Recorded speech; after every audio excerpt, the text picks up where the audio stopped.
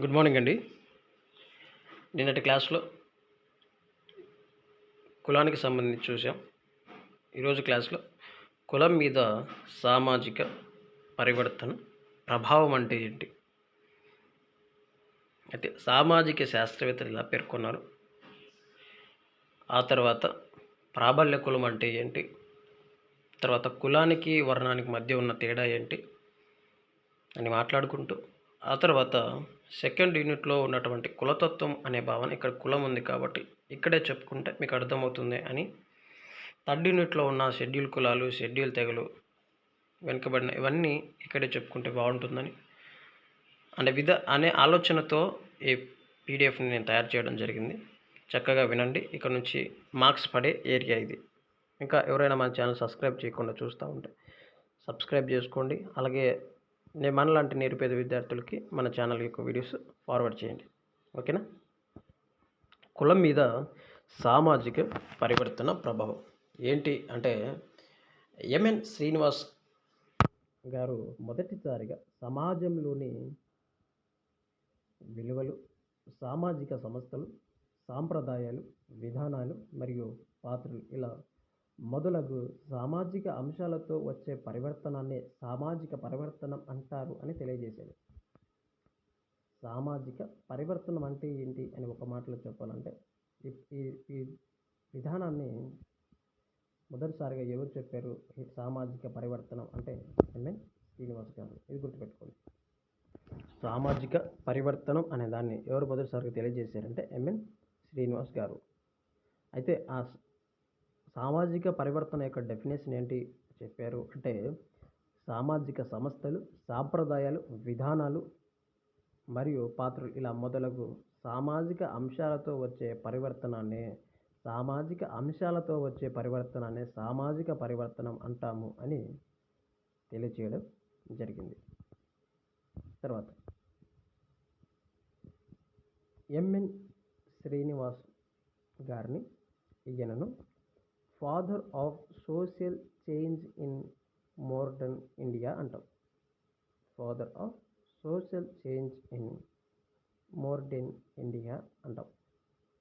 ఈయన సాంస్కృతీకరణ, పాశ్చాత్యీకరణ, సామాజిక మార్పు మరియు ఆధునికీకరణ, ప్రాబల్య కులం అనే భావనలను మొదటిసారిగా వివరించడం జరిగింది. ఎక్కడ అంటే తన గ్రంథాలైన social change in modern India, Indian villages అనే గ్రంథాలయందు ఈ భావనను తెలిపారు. ఏ భావనను తెలిపారు అంటే, సంస్కృతీకరణ, పాశ్చాత్యీకరణ, ఆధునీకరణ, ప్రాబల్య కులం అనే భావనలు మొదటిసారిగా తెలిపింది ఎవరు అంటే ఎంఎన్ శ్రీనివాస్ గారు. ఎక్కడ అంటే social change in modern India and Indian villages అనే గ్రంథాలయంలో తెలియజేయడం జరిగింది. ఈ పాయింట్ గుర్తుపెట్టుకోండి, చాలా ఇంపార్టెంట్. తర్వాత వీరి ప్రకారం సామాజిక పరివర్తన ప్రభావం కులంపై ఈ క్రింది 3 రూపాల్లో కనిపిస్తుంది. సామాజిక పరివర్తనం అంటే ఏం చూసాము, ఈ పదాన్ని మొదటిసారిగా వాడింది ఎవరు చూసాము, ఈ పదానికి డెఫినేషన్ తెలుసుకున్నాము. ఈ పదంపై సామాజిక పరివర్తనంపై కుల ప్రభావం ఎన్ని రూపాల్లో కనిపిస్తుంది అంటే 3 రూపాల్లో కనిపిస్తుందని అభిప్రాయపడడం జరిగింది. సాంస్కృతీకరణ, పాశ్చాత్యీకరణ, ఆధునీకరణ అనే 3 రూపాల్లో కనిపిస్తుంది. సామాజిక పరివర్తన ప్రభావం కులంపై ఏ 3 రూపాల్లో అంటే ఈ 3 అండి. ఏంటి అంటే ఈ 3 రూపాల్లో సాంస్కృతీకరణ, పాశ్చాత్యీకరణ, ఆధునీకరణ ఈ 3 రూపాల్లో కనిపిస్తుంది. అయితే సాంస్కృతీకరణ అంటే ఏంటి అనేది చూద్దాం. సాంస్కృతీకరణ అంటే ఎంఎన్ శ్రీనివాస్ గారు ఒక కులం ఏమన్నారు అంటే ఒక కులం ఉమ్మడిగా తమ కంటే ఉన్నతంగా భావించబడుతున్న కులం యొక్క ఆచారాలను, సాంప్రదాయాలను, సంస్కృతిని మూకుమ్మడిగా అనుసరించే విధానాన్ని సాంస్కృతీకరణ అని తెలియజేయడం జరిగింది. మళ్ళీ చెప్తున్నా, ఎంఎన్ శ్రీనివాస్ గారు సాంస్కృతీకరణ ఏమన్నాడంటే, ఒక కులం మరొక కులం పాటించే సాంప్రదాయాలను, కట్టుబాట్లను, సంస్కృతిని ఉమ్మడిగా గుడ్డిగా, ఒక మాటలో చెప్పాలంటే మన భాషలో మనకు అర్థమయ్యే విధానం చెప్పాలంటే గుడ్డిగా ఫాలో అవ్వడాన్నే సాంస్కృతీకరణ అన్నారు. అర్థమవుతుందా? కులం అన్నది సాంస్కృతీకరణకు గురి అవుతుంది. కులం అన్నది సాంస్కృతీకరణకు గురి అవుతుంది. వెరీ వెరీ ఇంపార్టెంట్ అండి. డెఫినేషన్లు అడిగినప్పుడు ఇవి తెలుసుకోవాలి మనం ఖచ్చితంగా. ఇక్కడ ఎగ్జాంపుల్గా ఇచ్చాను చూడండి. ఏంటి అంటే నాయ్ బ్రాహ్మణులు నాయ్ బ్రాహ్మణులు బ్రాహ్మణులను అనుసరించటం. నాయ్ బ్రాహ్మణులు బ్రాహ్మణులను అనుసరించటం. నాయ్ బ్రాహ్మణులు బ్రాహ్మణులను అనుసరించడం. ఇలా ఈ అనుకరణను ఎంఎన్ శ్రీనివాస్ గారు ఏం చెప్పారు అంటే 4 రూపాల్లో ఉంటుంది. మనకి 4 రూపాలు అంటే ఏంటి? మనకు గుర్తు రావాల్సింది ఏంటి అంటే ఋగ్వేదంలోని పురుష శక్తం 10వ మండలంలో బ్రాహ్మణులు, వైశ్యులు, క్షత్రియులు, శూద్రులు ఇలా వీరిలో ఉన్నాయి అని ఆయన తెలియజేయడం జరిగింది. ఓకేనా? ఓకే, నెక్స్ట్ పాశ్చాత్యీకరణ అంటే పాశ్చాత్య దేశాల విలువలను, వృత్తులను, జీవన పోకడలను, జీవన విధానాలను అనుసరించడాన్ని పాశ్చాత్యీకరణ అంటాం. మళ్ళీ చెప్తున్నా, పాశ్చాత్యీకరణ అంటే పాశ్చాత్య దేశాల విలువలు, వృత్తులు మరియు జీవన పోకడలను అనుసరించడాన్నే పాశ్చాత్యీకరణ అంటాము.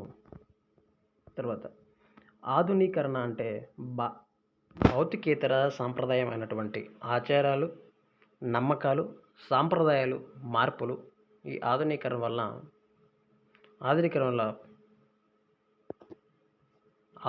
వల్ల ఏంటంటే మార్పులు జరిగినవి.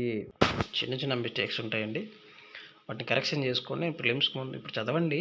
మళ్ళీ మనం స్మార్ట్ టైప్లో ఇచ్చుకుందాం. ఏది మోస్ట్ ఇంపార్టెంట్ అన్న పాయింట్స్ మొత్తం నేను మళ్ళీ ఇస్తాను. ఓకేనా? చిన్న చిన్న మిస్టేక్స్ ఉంటే అడ్జస్ట్ అవ్వండి. తర్వాత అంటే ఈ యొక్క ఆధునీకరణ వల్ల మార్పులు జరిగినాయి. ఎలా అంటే ఒకప్పుడు అంతర్వివాహాలు ఉండగా ఇప్పుడు ఏమవుతున్నాయి అంటే అంతమవుతున్నాయి అలా అన్నమాట. తర్వాత ఎంఎన్ శ్రీనివాస్ గారు పైన పేర్కొన్న వాటితో పాటు ప్రాబల్య కులం అనే భావనను మొదటిసారిగా వివరించడం జరిగింది. ఎంఎన్ శ్రీనివాస్ గారు పైన పేర్కొన్న సంస్కృతీకరణ, పాశ్చాత్యీకరణ, ఆధునీకరణ వీటితో పాటు ప్రాబల్య కులం అనే భావనను కూడా మొదటిసారిగా ఈయన పేర్కొనడం జరిగింది. ప్రాబల్య కులం అనే భావనను మొదటిసారిగా పేర్కొన్నది ఎవరు అంటే ఎంఎన్ శ్రీనివాస్ గారు. ఇది గుర్తుపెట్టుకోండి. ఈయన కులాన్ని సామాజిక పరివర్తన కోణంలో అధ్యయనం చేయడం జరిగింది. సామాజిక పరివర్తనం అంటే ఏంటి చెప్పాడు. సామాజిక పరివర్తన యొక్క మొదటిసారిగా వాడాడు. సామాజిక పరివర్తనంపై చూపే ప్రభావాలు ఏంటి అని సంస్కృతీకరణ, పాశ్చాత్యీకరణ, ఆధునీకరణ చెప్పాడు.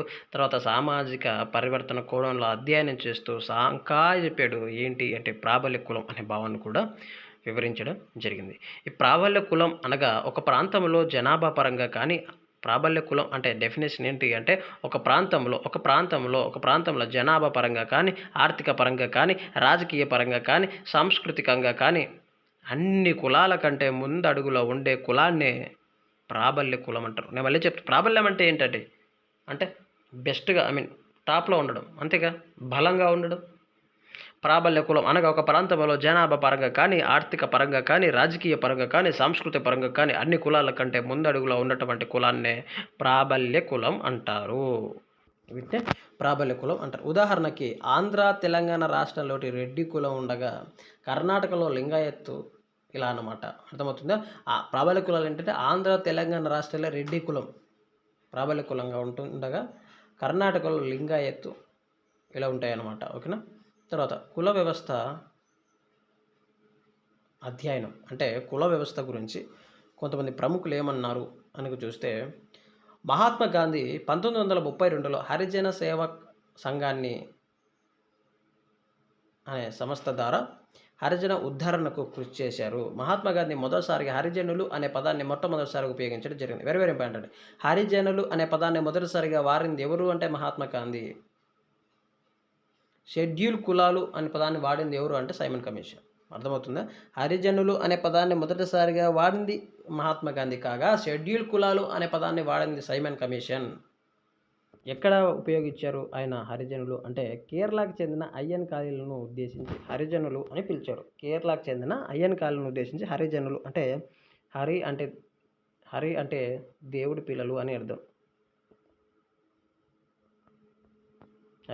హరి యొక్క జనులు దేవుడి పిల్లలు. తర్వాత D D Kosambi the culture and ancient India అనే బుక్లో ఆయన వివరించడం జరిగింది. ఇంకా మరికొంతమంది ఏంటి అంటే యోగేంద్ర సింగ్, ఐపి దేశాయి, బిఎన్ ముజేందర్ ఇలా కొంతమంది కుల వ్యవస్థ అధ్యయనం కూడా చేయడం జరిగింది. తర్వాత కులానికి వర్ణనకి భేదాలేంటి అన్నది చూద్దాం ఇక్కడ. వర్ణన అంటే ఏంటి అంటే వర్ణనలు పరిమితమైనవి. ఎలా అంటే బ్రాహ్మణ, క్షత్రియ, వైశ్య, శూద్రులు ఋగ్వేదంలో పేర్కొనబడినవి అందరికీ తెలిసింది, చాలాసార్లు కామెంట్ పెట్టించాను. ఓకేనా. తర్వాత ప్రథమంగా వర్ణన విభజనలో ఎక్కువగా తక్కువ భావాలు లేవు. వర్ణన విభజనలో ఎక్కువ తక్కువ భాగాలు లేవు, అయితే కుల వ్యవస్థలో ఉన్నాయి అని అర్థం. వర్ణన విభజన శరీర ఛాయని బట్టి అంటే రంగుని బట్టి ఏర్పడినవి. గుణంగా కర్మ బలను బట్టి మారుతూ ఉండేవి. ఒక వర్ణం నుంచి వేరొక వర్ణానికి మారడానికి అవకాశం ఉండేది.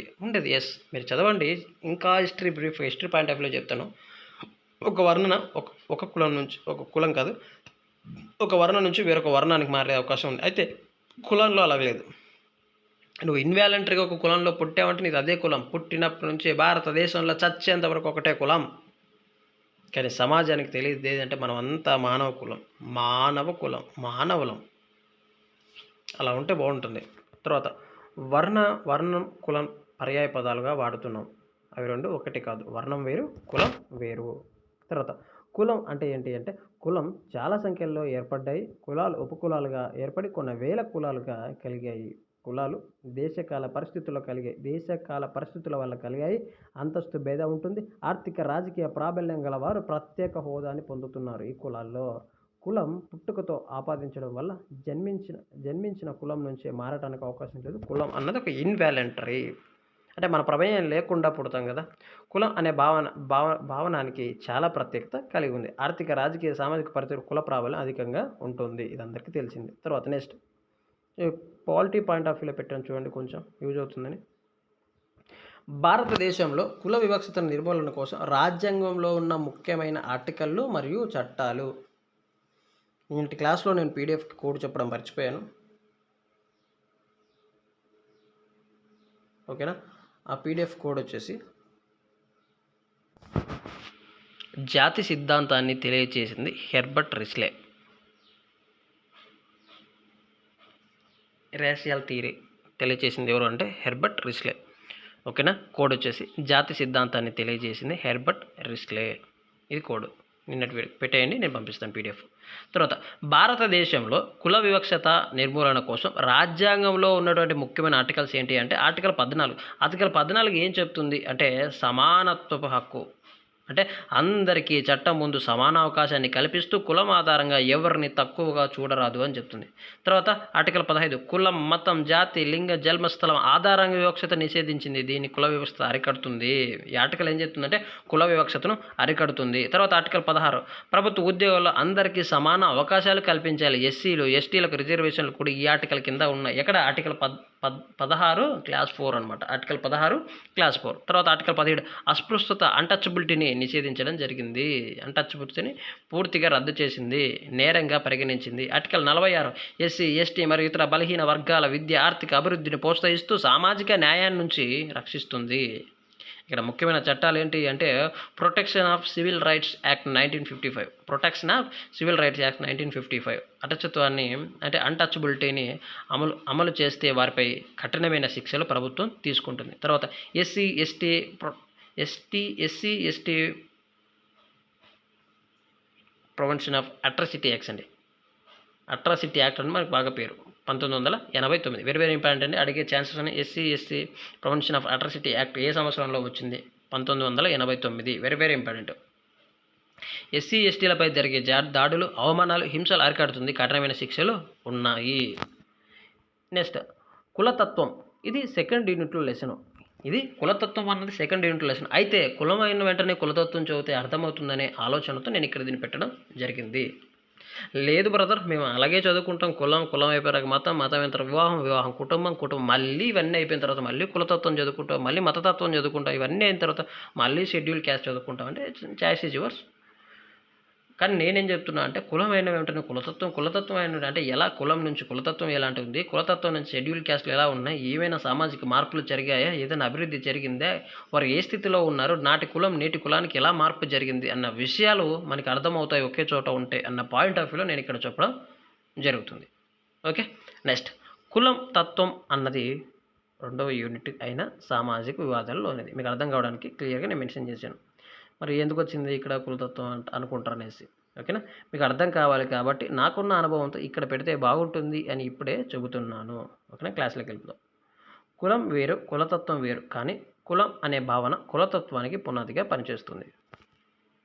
మళ్ళీ వినండి, కులం వేరు, కులతత్వం వేరు, కానీ కులం అనే భావన కులతత్వానికి పునాదిగా పనిచేస్తుంది.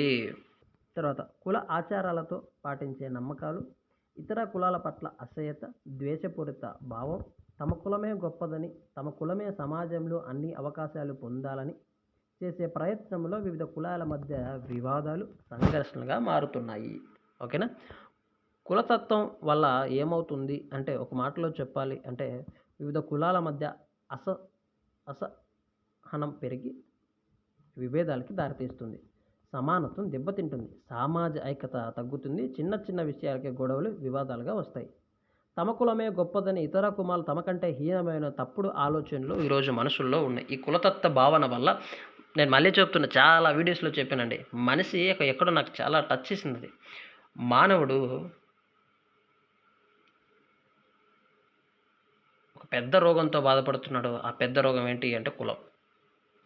తమ కులమే గొప్పదని, పక్కవారి కులం తక్కువని, వారు అంటరాని వారని, ఎందుకు వద్దని. నిజంగా అండి, షెడ్యూల్కి సంబంధించి దళితుల గురించి చదవండి, దళిత ఉద్యమాలు మీరు చదవండి. ఎక్కడ మనకి ఏపీ హిస్టరీలో దళిత ఉద్యమాలు చదివినప్పుడు చదవండి. ఆ చదువుతుంటే చాలా బాధ అనిపిస్తుంది. అరే, వాళ్ళు మనుషులే కదా, దళితులైతే ఏంటి? ఇప్పుడు దేవుడే పుట్టించాడుగా. ఇప్పుడు బ్రహ్మకి భుజాల నుంచి తొడల నుంచి పాదాల నుంచి పుట్టించింది ఆయనేగా. అరే, పుట్టించింది ఆయన అయినప్పుడు మనం ఎందుకు ఇలా చూడడం?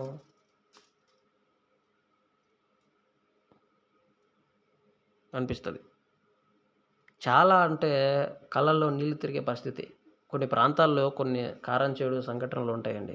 కారంచేడు సంఘటనలు కావచ్చు, కొన్ని దళితుల మీద దళిత హత్యలు కావచ్చు. చాలా అంటే అవి చాలా బాధను కలిగిస్తాయి. చూడండి, తమ కులమే గొప్పదని, ఇతర కులాలు తమకంటే హీనమైన తప్పుడు ఆలోచనలు కలిగి ఉన్నాయి. ఎస్, ఇలా ఆలోచనల వల్లే నాటి ప్రజలు అనగదొక్కబడ్డారు. వాటి ఫలితమే రిజర్వేషన్లు వచ్చాయి.